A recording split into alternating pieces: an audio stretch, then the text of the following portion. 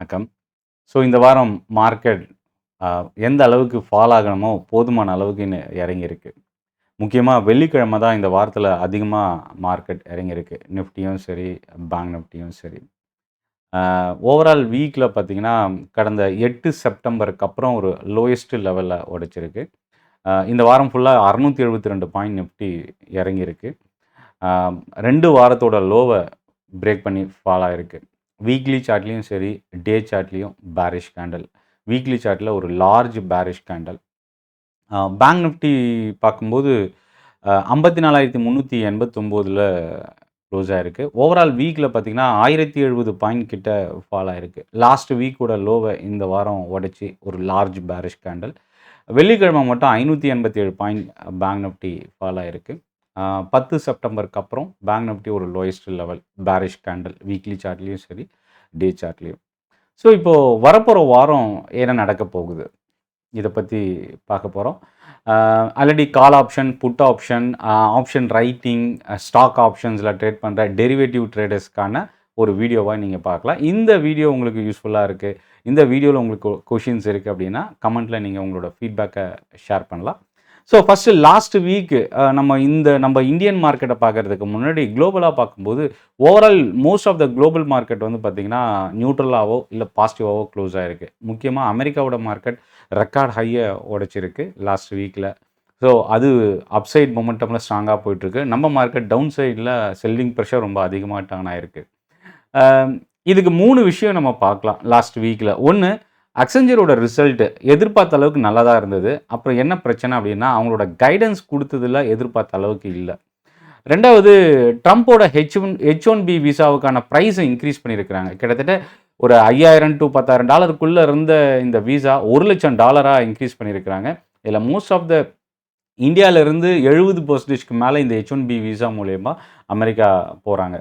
So இது வந்து இந்தியாவுக்கு ஒரு பெரிய பாதிப்பு. முக்கியமா ஐடி செக்டார். ஏன்னா, ஐடி செக்டார் தான் இந்த வாரத்தில ஒரு மோசமான சரிவு அப்படின்னு சொல்லலாம். ஒரு பெரிய அளவுக்கு டேமேஜா ஆயிருக்கு ஓவரால் இண்டஸ்ட்ரி.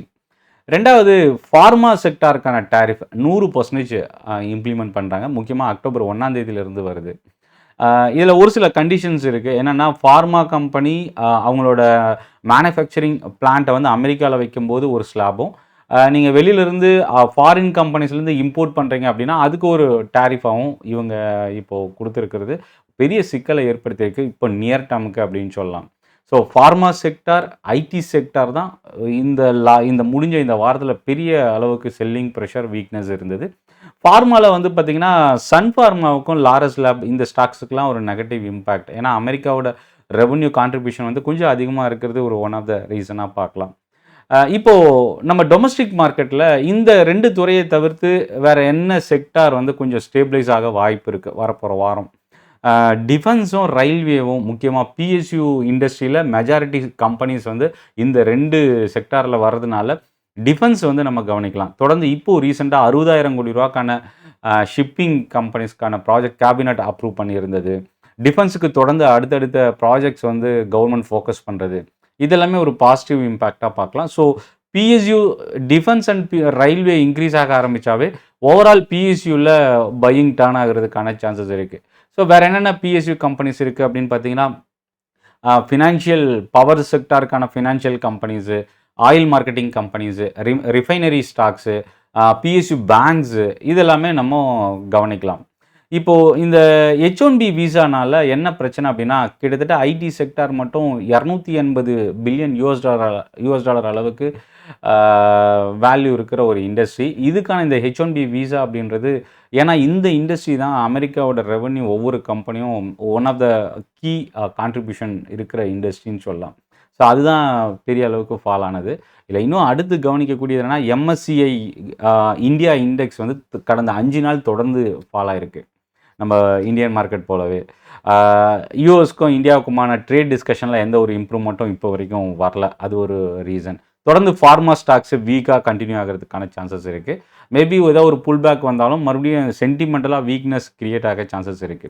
எல்லாத்துக்கும் ஒரு மூல காரணம்னு ஒண்ணு இருக்கும் மார்க்கெட் ஃபால் ஆகுறதுக்கு. அதுக்கு என்ன அப்படின்னா 2 ரீசன் சொல்லலாம். 1 எஃப்ஐஎஸ் வந்து நம்ம இந்தியன் மார்க்கெட்ல இருந்து பணம் எடுக்கிறதுனால இந்தியன் ரூபி டாலருக்கு அகைன்ஸ்டா இறங்குதா?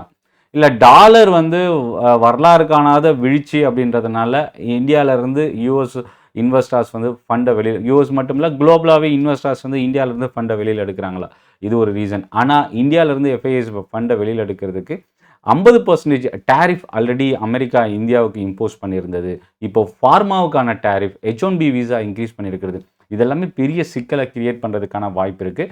இதிலிருந்து வரப்போகிற அடுத்தடுத்த முன்னேற்றம் தான் மார்க்கெட்டை ரெக்கவர் பண்ணுமா அப்படின்ற ஒரு எதிர்பார்ப்பு இருக்குது. இப்போது FIDII கிட்டத்தட்ட இந்த 2025 வரைக்கும் இப்போ வரைக்கும் பார்த்தீங்கன்னா அப்ராக்சிமேட்டாக இந்த செப்டம்பர் வரைக்கும் 1,33,000 கோடி ரூபா அளவுக்கு எஃப்ஐஎஸ் வந்து ஃபண்டை செல் பண்ணியிருக்கிறாங்க.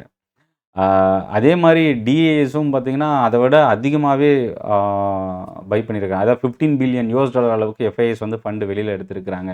டிஏஎஸ் 5 லட்சம் கோடி ரூபா அளவுக்கு ஃபண்டை உள்ளே இன்ஃப்யூஸ் பண்ணியிருக்கிறாங்க. ஒரு ஸ்ட்ராங்கான இன்ஃப்யூஸ், ஏன்னா இந்தியன் மார்க்கெட்டுக்கு ஒரு பெரிய பேக் போனாகவே இப்போ டிஏஎஸ் வந்து ரீட்டன் பண்ணியிருக்கிறாங்க. இதை தாண்டி என்னென்னலாம் பாசிட்டிவ் நியூஸ் இருக்குது. மியூச்சுவல் ஃபண்ட் இன்ஃப்ளோ, முக்கியமாக SIP overall inflow highest record high. So இது ஒரு பாசிட்டிவான ஒரு விஷயமாக பார்க்கலாம். இன்சூரன்ஸ் கம்பெனி, கவர்மெண்ட்டோட இன்வெஸ்ட்மெண்ட் கம்பெனிஸ் இதெல்லாமே வந்து ஸ்டாக் மார்க்கெட்டில் இன்ஃப்ளோவை இன்க்ரீஸ் பண்ணுறது, இதெல்லாம் பாசிட்டிவான ஒரு விஷயமாக பார்க்கலாம். குளோபல் ரேட்டிங் ஏஜென்சி HSBC வந்து நியூட்ரல்லேருந்து ஓவர் வெயிட் அப்படின்ற ஸ்டேஜுக்கு அப்கிரேட் பண்ணியிருக்கிறாங்க இந்தியாவோட ஃபினான்ஷியல் சிஸ்டம். ஸோ இது ஒரு பாசிட்டிவான ஒரு விஷயமாக பார்க்கலாம். ஆல்ரெடி ஃபெட்ரல் ரிசர்வ் இன்ட்ரெஸ்ட் ரேட்டை வந்து குறைச்சிருக்கிறாங்க. இதுவும் வந்து பார்த்திங்கன்னா இந்தியன் மார்க்கெட்டுக்கு இது ஒரு பாசிட்டிவ். க்ரூட் ஆயில் ப்ரைஸ் வந்து ஸ்டேபிளைஸ் ஆகலை. ஸோ ஸ்டில் குளோபல் மார்க்கெட்டோட ட்ரெண்டை பொறுத்து க்ரூட் ஆயில் வந்து வாலட்டிலிட்டி இன்க்ரீஸ் ஆகிருக்கு. கடந்த வாரத்தில் க்ரூட் ஆயில் ப்ரைஸ் இன்க்ரீஸ் ஆனதும் ஒரு ஒன் ஆஃப் த ரீசனாக பார்க்கலாம். இதுக்கு அடுத்தபடியாக பார்த்திங்கன்னா இப்போது வரப்போகிற 2 முக்கியமான விஷயம். ஆர்பிஐ பாலிசி இருக்குது. ஆல்ரெடி ஃபெட்ரல் 25 பேசிஸ் பாயிண்ட்ஸ் குறைச்சிருக்கிறதுனால ஆர்பிஐயும் 25 பேசிஸ் பாயிண்ட்ஸ் குறைக்கிறதுக்கான பாசிபிலிட்டி இருக்குது. இது ஒரு ரீசன். அப்படி குறைக்கும் போது மார்க்கெட்டுக்கு அது positive impact, money flow increase ஆகிறதுக்கு சான்சஸ் இருக்குது. ரொம்ப முக்கியமான ஒரு விஷயம் என்னென்னா, அக்டோபர்லேருந்து குவார்ட்டர்லி ரிசல்ட் ஸ்டார்ட் ஆக போகுது ஒவ்வொரு கம்பெனிஸோட Q3 Q2 ரிசல்ட். ஸோ இந்த ப்ரீவியஸ் குவார்ட்டரோட ரிசல்ட் வந்து பார்த்திங்கன்னா Q2 ரிசல்ட் வந்து பெரிய அளவுக்கு, Q1ஓட ரிசல்ட் பெரிய அளவுக்கு சஸ்டெயின் ஆகலை. Q2 வந்து எந்த அளவுக்கு இருக்கும் அப்படின்றதையும் நம்ம வெயிட் பண்ணி பார்க்கலாம். ஜூலை, ஆகஸ்ட், செப்டம்பர் இந்த 3 மாதத்துக்கான ரிசல்ட் கை கொடுக்குது அப்படின்னா கண்டிப்பாக அகைன் ஒரு மார்க்கெட்டோட பவுன்ஸ் பேக் வந்து நம்ம நியர் டேர்மில் எதிர்பார்க்கலாம். ஸோ வரப்போகிற அடுத்த பிரச்சனை என்ன, பாசிட்டிவ் எதிர்பார்ப்பு என்னென்னா, யூஎஸ் இந்தியாவோட ட்ரேட் டிஸ்கஷன், ஆர்பிஐ பாலிசியில் இன்ட்ரெஸ்ட் ரேட் என்ன பண்ண போகிறாங்க, அடுத்தது எஃப்ஐஎஸ் வந்து மறுபடியும் பணத்தை எப்போ உள்ள இன்ஃப்ளோ எடுத்துகிட்டு வர போகிறாங்க, இதை தாண்டி குவார்ட்டர்லி ரிசல்ட், இதெல்லாமே அடுத்தடுத்த விஷயமாக நம்ம பார்க்கலாம்.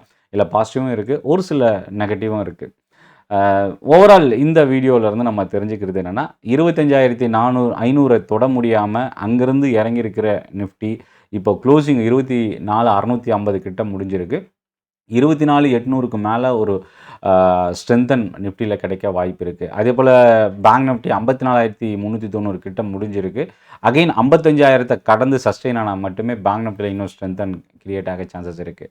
ஸோ இப்போ இந்த வாரத்துக்கு வரலாம். இந்த வாரம் என்ன அப்படின்னா, நான் ஆல்ரெடி சொன்ன மாதிரி 24,800க்கு மேலே நிஃப்டியில் கொஞ்சம் நியூட்ரல் ஸ்டேஜ் எதிர்பார்க்கலாம். 55,000க்கு மேலேயும் ஒரு பாசிட்டிவ் சென்டிமெண்ட் பேங்க் ஸ்டாக்ஸில் பேங்க் நிஃப்டியில் எதிர்பார்க்கலாம். இந்த 2 லெவலில் ரீச் ஆகலை அப்படின்னா மார்க்கெட் ஒரு சைட்வேஸ்லையோ இல்லை வீக்னஸ் இன்னும் கண்டினியூ ஆகவோ சான்சஸ் இருக்குது. இந்த செஷன் உங்களுக்கு யூஸ்ஃபுல்லாக இருக்கும் அப்படின்னு நினைக்கிறேன். நன்றி. உங்களோட ஃபீட்பேக்கை கமெண்ட்டில் போஸ்ட் பண்ணுங்கள். என்னோட டெலிகிராம் குரூப்புக்கான லிங்க் வீடியோட டிஸ்கிரிப்ஷனில் இருந்து நீங்கள் யூஸ் பண்ணிக்கலாம். நன்றி, வணக்கம்.